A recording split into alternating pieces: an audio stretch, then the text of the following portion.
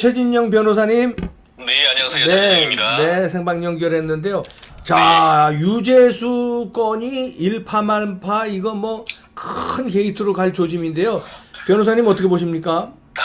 그렇습니다. 이게 예기치 않았던 사건이 있는 것 같지만 사실은 이게 벌써 올 초부터 문제가 됐었던 사건인데 예. 왜 이게 이제 와서 이렇게 문제가 되느냐 저도 좀 한탄스럽기도 한데요. 네네. 그만큼 이 정권의 핵심이 관계됐기 때문에 이렇게 늦은 것이 아닌가 싶은데 네. 아시다시피 이번 사건은 투 트랙이죠. 네. 하나의 트랙은 유재수 전 부시장 본인의 이 비위, 예. 뇌물 문제인 것이고 또 하나는 조국 민정수석이 이 비위를 알면서도 덮었지 않은가. 예. 말씀하신 것처럼 이번 정권에서 핵심적인 측근 인사와 핵심적인 인사 두 명에 대한 어떤 문제가 됐다 보니까 네. 처음 이것이 언론에 나왔음에도 불구하고 그것이 정권 초기까지 어떻게 보면 언론이나 외부에 나오기가 어렵다가 네. 이번 이른바 조국 사태를 거치면서 이제 드디어 서서히 이 사건의 실체와 전말이 드러나고 있는 것이 아닌가 생각합니다. 네, 유재수가 이제 구속영장이 발부됐죠? 그렇습니다. 서울 동부지법 같은 경우에는 어제 10시 정도에 이제 네. 영장 실질 심사를 했는데 네. 생각보다 빨리 끝났습니다. 2시간 만에 끝났고 그리고 한 10시간 뒤인 어제 밤 9시 50분쯤 전격적으로 영장을 발부했는데요. 네. 범죄 혐의가 핵심적으로는 3개 정도 됐던 것 같습니다. 네. 뇌물, 또 네. 뇌물을 받고 또 나쁜 일까지 했다는 수뢰 우정처사. 네. 나아가서 선물을 뭐 좀 수백만 원짜리 받았다라는 취지로 해서 네. 이른바 김영란법 위반 이 부분이 문제가 됐었었는데 네. 법원 같은 경우에는 여러 범죄 사실에 대해서 소명이 된다. 네. 그리고 도주 우려나 증거 인멸의 우려가 있어서 구속할 사유가 있고 나아가 구속할 필요성과 상당성이 있다라고 해서 전격적으로 구속영장을 발부했는데요. 네. 아마 오늘 이 시간 서울 동부구치소 제가 알기로는 최순실 씨하고 같은 지붕 밑에 좀 수감됐지 않을까 싶습니다. 아, 그러네요. 자, 이게 이제 뭐 개인적으로 유재수가 개인적인 비리 있는 것도 크지만 제가 생각할 땐 이게 더 큰 게 유재수의 비리를 알고도 이거를 감찰을 무마하라고 청와대에서 하명이 내려간 거, 무마한 거. 이거가 이제 이 조사 과정에서 검찰 조사에서 밝혀지면 어떻게 되는 겁니까, 법적으로? 그렇습니다. 1라운드는 검찰의 케이오승, 그러니까 유재수 부시장에 대한 그 자체의 비리건에 대해서는 일단 구속영장이 발부됨으로써 소기의 성과를 거뒀고 네. 이제 막 2라운드가 시작되는 것인데 네. 검찰의 2라운드의 싸울 상대는 다름이 아닌 조국 전 장관이 될 것 같습니다. 네. 그리고 제가 봤을 때는 3라운드는 조국 너머의 이 정권의 누군가가 될 가능성도 현재로서는 없지 않은데요. 네. 하신 것처럼 이 감찰 작년 재작년에 있던 감찰하고 있던 과정에서 네. 시작해서 신나게 조사를 해서 뭐 실제 청와대에 와서 조사도 받고 또 휴대폰도 내서 휴대폰 안에서 이제 각종 비위 의혹이 될 수 있는 물적 증거가 상당히 나와서 이제 계속 가야 되는데 어느 네. 순간 지금 박형철 당시 부패 조사단의 반장 같은 경우에는 말에 따르면은 조국 전 장관이 이거는 덮어라라고 얘기를 했다라고 얘기를 하고 그렇죠. 반면에 어제 청와대 측이나 아니면 조국 전 장관 측 같은 경우에는 그거는 아니 뭐 관계 라인에서 3명의 회의를 거쳐가지고 이건 덮었고 더불어서 그래서 절차적 문제도 없고 실체적 내용으로도 네. 뭐 별것 아니었다 뭐 이렇게 얘기를 했는데 네.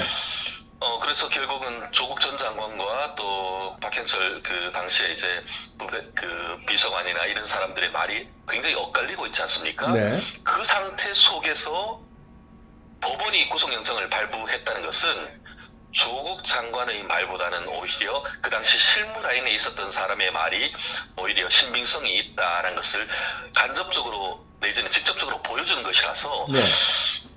이 정도 구속시켜야 될 그럴 만한 사안을 어떤 경위로 해서 덮었고 그리고 그 과정에서 일단 감찰도 덮은 것을 넘어서 그 당시 금융위원회에 그 고위직에 있었다가 거기에서 조사를 받고 그냥 봤던 중에 그냥 그 아무런 어떤 행정적인 제재도 없이 사표를 받았지 않습니까? 예. 그렇게 했는 내용도 또한 형법상 이른바 직권남용 권리행사방해죄가 될 수 있는 부분이기 때문에 네.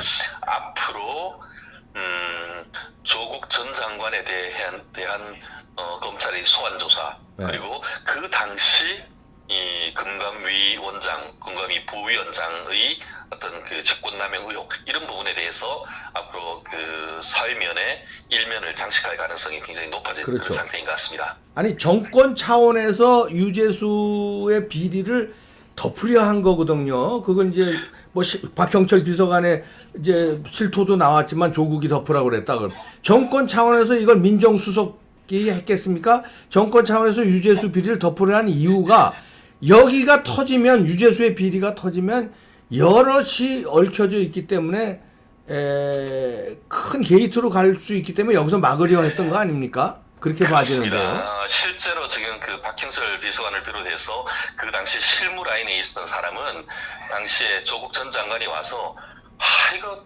너무 많은 데서 전화가 온다. 네.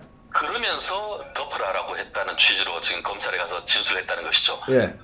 도대체 유재수가 누구였길래 그러니까요. 왜 외부로부터 그렇게 많은 사람들이 전화를 와서 이 사건을 덮을 수밖에 없었는지가 지금 앞으로 밝혀야 될 이 네. 이른바 3라운드가 될 것 같은데요. 네, 네. 말씀드린 것처럼 유재수 전 부시장 같은 경우에는 2004년경에 노무현 전 대통령의 수행 비서까지 했던 사람들이고 그러한 연유로 해서 현 문재인 대통령을 비롯해서 여권 핵심 관계자들과 굉장히 끈끈한 관계를 지금까지 유지해왔고 그런 배경이 있어서 이번에 이런 감찰도 외부의 영향력으로 인해서 무마됐을 뿐만 아니고 그 이후에도 승승장구해서 국회 그 더불어민주당의 수석 전문위원을 거쳐서 이 부산시의 경제부시장까지 간 것이 아니냐 그런 뒷배를 밝히는 것이 이 사건의 핵심이 될 것인데 과연 검찰이 어느 정도 선까지 사건의 실체를 밝힐 수 있을지가 문제가 될 것이고 만약에 이 사건이 고구마 줄기처럼 나오는데 어느 선에서 덮었다고 하면은 경우에 따라서 이번 정권 말미로 갈수록 이 사건이 특검으로 가서 이른바 정권의 게이트가 될 가능성도 있기 때문에 그런 식으로 어떤 특검으로 가는 정치적 논란을 일으키기 전에 현 이 윤석열 검찰총장이 정말 수사에 대한 의지를 가지고 실체적 진실을 밝혀주기를 많은 국민들은 바라고 있는 것이 아닌가 생각합니다. 네, 특검으로 가게 되면 문재인 씨까지 올라갈 수 있지 않겠습니까?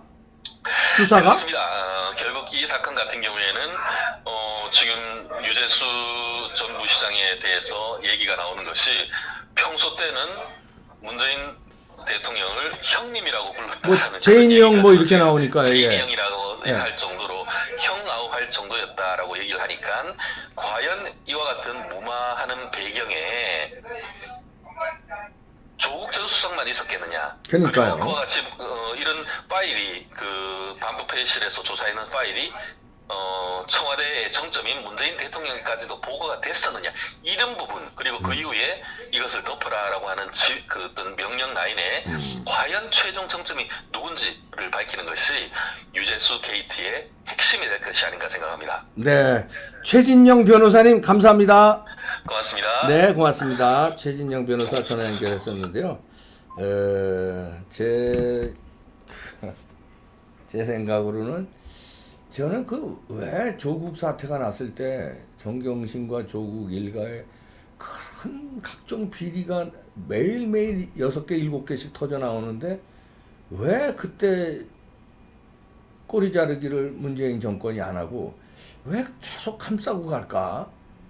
저렇게 의리가 좋은가?